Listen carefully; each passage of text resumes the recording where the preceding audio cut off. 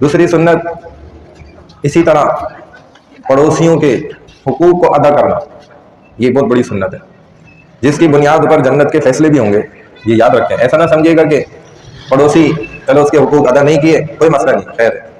ایک بات اصول اپنی پلو سے باندھ لیں، زندگی بھر اس کو یاد رکھیں کہ ہمارے آقا مدنی صلی اللہ علیہ وسلم کائنات میں تشریف لائے تو آپ حقوق کو چھیننا نہیں آپ نے سکھایا کہیں بھی. کہ حقوق دیکھو کیسے چھینے جاتے ہیں، میں تمہیں تعلیم دیتا ہوں کیسے حقوق اپنے حاصل کیے جاتے ہیں. ساڈا حق اتنے رکھ، یہ والا فارمولہ یہ اللہ کے رسول صلی اللہ علیہ وسلم نے ہرگز نہیں سکھلایا. ایک بھی دفعہ آپ نے ایسا کر کے نہیں دکھایا کہ دیکھو ایسے اپنے حق حاصل کیے جاتے ہیں، اس طرح اپنے حقوق لیے جاتے ہیں. دیکھو میں تمہیں طریقے سکھاتا ہوں، ایک جگہ بھی آپ نہیں دکھا سکتے، چیلنج ہے.